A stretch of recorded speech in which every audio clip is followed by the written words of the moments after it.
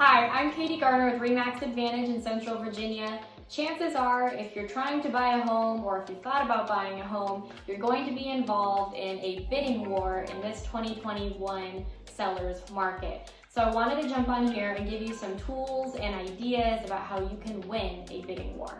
So the number one thing you're going to need to do is get pre-approved. And I can't stress this enough, go to your local lender who understands the local market, not just your bank or to Quicken Loans, okay? They're not going to be very helpful in this situation. They're not going to have the local knowledge in order to help you win. So what you need to do, get pre-approved and understand exactly how much you can afford. Because in this market, if you don't know how much you can afford and if you're not pre-approved, you're not getting a home. So now you're pre-approved and you're looking at houses and you're ready to submit an offer. One of the first questions you need to ask yourself is, how much do I love this house? How upset would I be if I lost it? And how much am I willing to spend in order to win? Now I know those are all some pretty big questions, and in our market, unfortunately, you have to decide pretty quickly. But keeping in mind, this is not your parents' market. So you are going to approach things differently than your parents will. I'd say about 50% of my buyers will come by and they'll say, well, I know you're telling me to offer asking or even above asking, but my parents told me when they bought their house 10 years ago, they actually offered $20,000 under asking. Let me just say, if you are offering $20,000 under asking price in this market, you are not getting a home. In fact, just the opposite actually. If you are not offering over asking price, and it's not uncommon to offer $20,000 to $25,000 above asking, you might not be getting a home. So that's where we start talking about escalation clauses. So your escalation clause is going to be your new best friend and one of the biggest keys in winning in a bidding war. So let's say I'm looking at a $200,000 house. I am going to submit an offer for $200,000. If someone outbids me, my escalation clause will kick in and it will bid $1,000 over their bid up to a certain amount. So again, $200,000, let's say someone comes in and bids at $205, my bid will automatically increase to $206. And let's say I'm not willing to pay any more than $210, that's where it would cap off. So if they bid $211, I've lost the bid, they have won at that point. So it secures my best interest while also actively trying to get me the house. So the next thing we need to talk about is closing costs. Unfortunately, in this market, we are not seeing sellers pay closing costs very often, only on rare occasions. So if I were you, I would start saving up all the money you can so you can pay your own closing costs. You can estimate your closing costs by calculating about 3 to 4% of the purchase price. That's what you'll be paying at the closing table out of pocket. Next, we have our earnest money deposit. This is a deposit that we put down on the home to show the seller that we are serious about moving forward with the purchase of their home. Obviously, the more money you can put down, the better.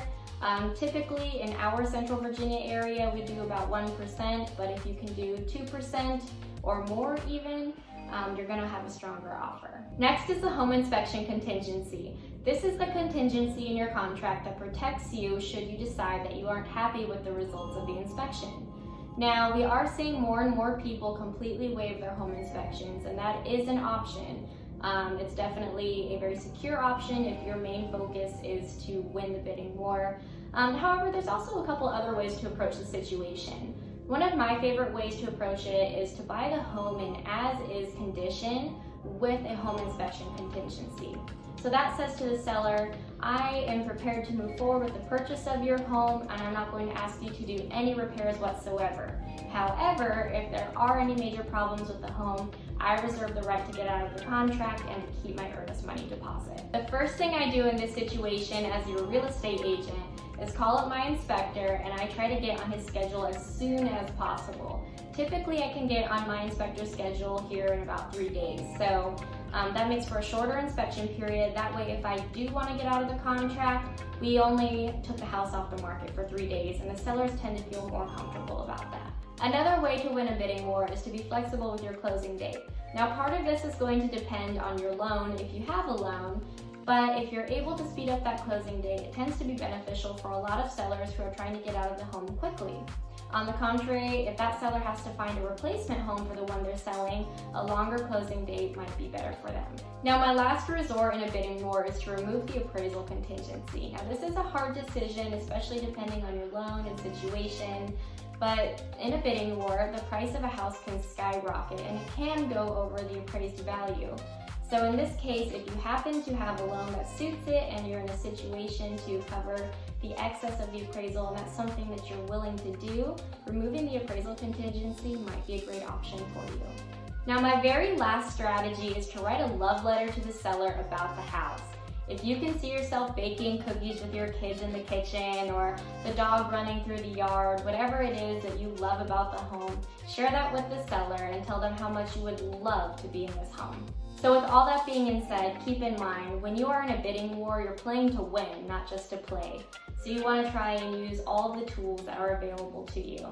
And I know this can be daunting, especially for a first-time home buyer or when you're receiving counsel from people who have bought homes 10 years before, but you have to trust your realtor in this situation.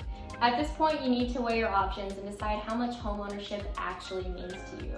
If you're spending extra money on the weekends going out with your friends, or maybe it's your morning coffee, can you take that money aside and put it back into a down payment or closing costs or a deposit? And I know a lot of people out there are very daunted by maxing out their loan amount, and understandably so. That can be a higher monthly payment. But are you willing to have that higher monthly payment for a little while so you can refinance down the road with a bigger down payment and lower your monthly payment then? The last two things I'm going to mention here is you need a really good real estate agent in your corner. Someone who truly cares about you and your best interests and who has the skills to help you win. And the very last thing is to not be intimidated by a bidding war. If you truly only have so much cash put aside or you're only able to go up to a certain amount on your loan, don't be intimidated by that. Submit the offer anyway, because if you don't try, the answer is always no. I hope some of these strategies that I use help you win your next bidding war. If you have any other strategies that you'd like to share, go ahead and comment them below, and good luck on your next bidding war.